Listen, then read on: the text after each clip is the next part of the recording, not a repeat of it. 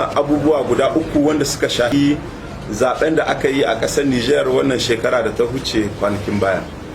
Na farko shine mu yi kuka kuma mu yi Allah wadai da wasu tabi'o'i da muka gani wanda suka lalata zaben ƙasar Nijar. Amma mu mun ce gare mu ba mamaki bane, yau kusan shekara uku muke wannan kokowa, wani lokaci ma mu kaɗai ne muke yin ta saboda yawancin jam'iyyoyi ko sun yi shiru ko kuma sun yi wani tsarin su daban wanda su kaɗai suka sani.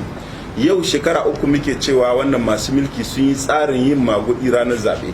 Mutane yawancin lokaci ba su saurare mu ba, wasu ma lokacin nan suna dibin muna dai gayi ne ba mu san abin da muke gayi ba. Amma a kwana a tashi sai gashi yau yawanci kaf ɗin jam'iyyoyin ƙasar Nijar ko kahin zaɓe ko kuma ranar zaɓe tunda ai mun jo suna ta kuka bayan an yi da zaɓe suna cewa ai an shirya magudi wanda ya hana su ci nasara. Na biyu shine muka gayi kamar lalle ba mu jima muna siyasa ba, wannan shine zagaye na biyu da muka yi takara a zaben shugaban kasa da 'yan majalisa, kuma shine na farko da muka yi takara a zaben ƙananan hukumomi. Amma mun tabbata babu wani shakka wannan zaɓe yana cikin wanda suka zama mummunan zaɓe a cikin ƙasar Nijar. Ba mu taɓa ji ba ko a cikin tarihi, kuma ba mu taɓa gani ba mu dai a cikin ƙaramin lokacin da muke siyasa yanda cin hanci ya shiga cikin wannan zaɓe. Mun gani yanda aka yi amfani da kuɗi don a sai katocin zaɓen mutane. Mun gani ƙiri-ƙiri da sahe ana da rana ko bakin akwatin zaɓe ana sai kuɗi, ana ba mutane kuɗi don su yi zaɓe. Mun gani an yi aiki da kayan gwamnati da kuɗin gwamnati. Mun gani an sa wasu sarakan gargajiya sun shiga abin da ba nasu ba. Tunda mun gani sarakan gargajiya wanda suka ce mai gari ka ba da ƙuri'a kaza cikin wannan gari ko kuma abin ya zama maka matsala. Mun gani masu garuruwa mun ga wasu sarakan gargajiya ma da suke ba da kuɗi har ana rubuta sunansu kamar yadda ake rubuta sunan 'yan militan na siyasa.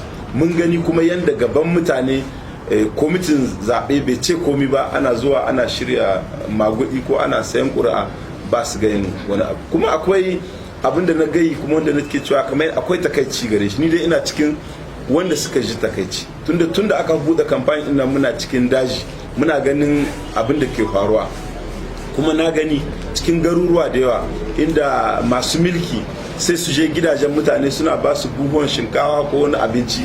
Sai ya nuna mini kenan da gangan ne aka shirya mutane aka sa su cikin talauci cikin yunwa don ranar zaɓe a zo a yi unhwani da wannan talauci nasu da yunwa don a zaɓe. Saboda inda ba ku san ba su da yunwa ba, ai da ba ku zuwa ku ba su buhun shinkawa har zaɓe. Inda ba ku san ba su da talauci ba ku zuwa gida-gida kuna ba su kuɗi. Kenan abin da muke gai yau shekara uku muke cewa an yi tsari ne na talautar da al'ummar Nijar don ta zama ba ta da wuyar sai ranar zaɓe. Wannan tsari ya tabbata, kuma ni gani na ya zama matsala ce ga mai jagoranci ya shiga wannan hali kuma ya gama al'ummar ƙasar shi ta koma cikin wannan hali. Na biyu shine mun shaida ma dama al'umma na cewa mun yi na cikin wanda suka kai kara a kotun Cour constitutionnelle don muna fatan a ce Cour constitutionnelle ta mai da wanga zaɓe namu cikin darajar shi kaɗan da ta mishi kingi, saboda cikin abubuwan da na gai da suka ɓata zaɓe akwai abubuwan da mu duka muka sani.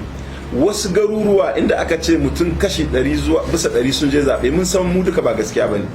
Babu wanda ya gani cikin wannan gari an buɗe akwatin zaɓe, ba gaskiya bane. Kowa ya san an saye takardu ne ko izinin wasu jam'iyyoyi da ke cikin karkara, wannan aka ba wasu mutane 'yan gungaye kaɗan suka je ƙarƙashin icce suka rubuta abin da suka ga dama kuma suka aiko ma seni ta yarda da shi. Ni ina cikin wanda suke cewa na yi mamaki da seni ta yarda da su, tunda idan mutane sun yi magudin su tunda kowa ya san ba gaskiya bane, na za ta tantancewa za ta kula za ta hana wannan abu ya wuce. Amma wannan dubannan ƙur'u wanda aka rubuta ba a taɓa zaɓe ba suna cikin abubuwan da suka lalata zaɓen ƙasar Nijar. Shi yasa ake cewa mutane kaza sun je zaɓe, ba gaskiya bane, yawanci ba su je zaɓe ba. Kuma ƙur'un da aka ba wasu 'yan takara ba gaskiya bane, ba su same su ba. Inda aka yi zaɓe kan gaskiya mutane suka je ƙuri'a, kowa ya san shi kuma kowa ya ga sakamakon da aka yi.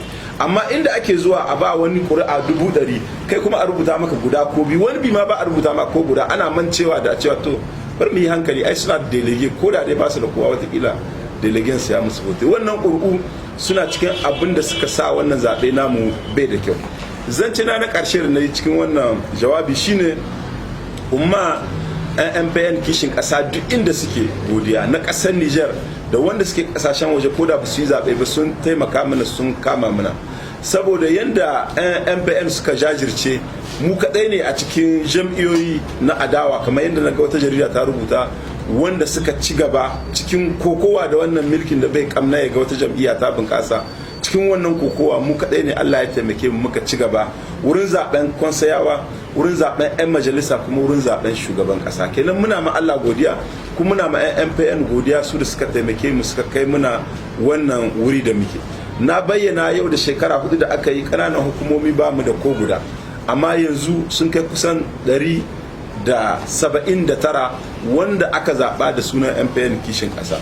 Kuma na yi murna da aka ce wanda aka zaɓen nan yawancinsu, ko in ce gaba ɗinsu ba su taɓa zama kwansaye ba, wanga shine karansu na farko su zama kwansaye. Kenan Allah ya taimake mu mun cika gurumu da muka ce muna so a sauya 'yan siyasar ƙasar Nijar daga sama har zuwa ƙasa. To wannan a ƙasa da MPN sun nuna shi, wanda muka sa mata ne, matasa ko lattizawa wanda ba su saba yin siyasa ba za su fara yin ta yanzu. Kuma na ga ci gaban da muka samu a zaben 'yan majalisa, mutane sun karu wajen 34,000 suka karu ga wanda suka mana zaɓe. Kuma mun ƙara samun wani ɗan majalisa da ya fito daga jihar Tilibiri. Muna ma Allah godiya, muna ma abokanmu godiya da ke can wurin. A zaben shugaban ƙasa na gai mutane wanda suka karu gare mu a cikin wanda suka yi zaɓe su ne wanda muka samu yadda sai ni ta gai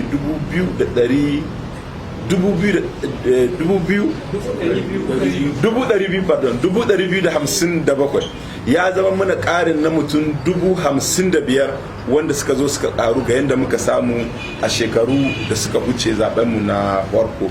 To ga abinda na so in gayi ma 'yan jarida, abinda na so in gaya ma MPN da duka wanda suke sauraron mu a nan gida da kasashen duniya gaba ɗaya. Na gode, assalamu alaikum.